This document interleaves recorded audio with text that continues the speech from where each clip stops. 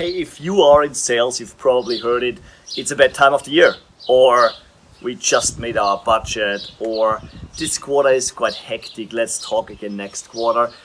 It comes in all forms and shades. It's a bad time of the year. Now, Paul Smith, the sales trainer who teaches selling by storytelling alone, like only storytelling, he has a great story when it comes to that bad time of the year objection, if you will, which is that Tiffany Lopez, who was a senior executive at a company called DataServe, which basically makes software for accounts payable and receivable.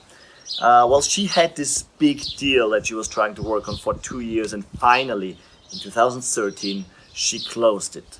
Or at least she thought that she had closed it.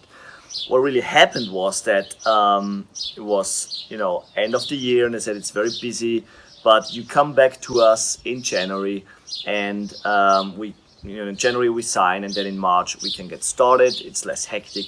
It's a better time of the year. So it's like, all right, why not? It seemed all done. It was really literally just a question of having the signature.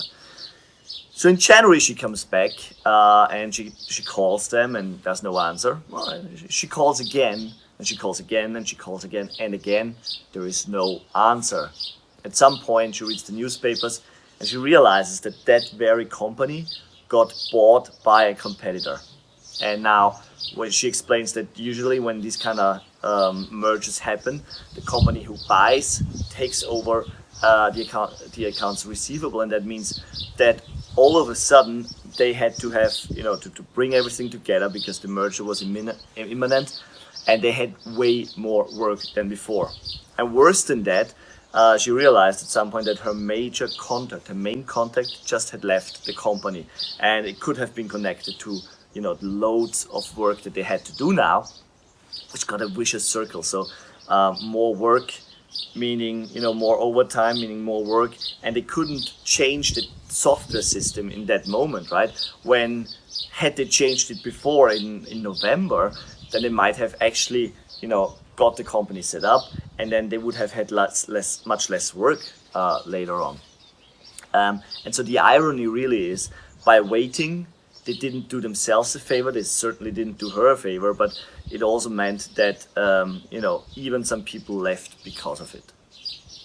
Now, why am I telling you this story? I want you to think of a story that is similar, that you can basically tell to your clients, where you say, well, waiting is never the best idea, because if you wait, something bad could happen. And if you've been in business for a while, I'm sure something like that happened, where there was an opportunity and then it was gone.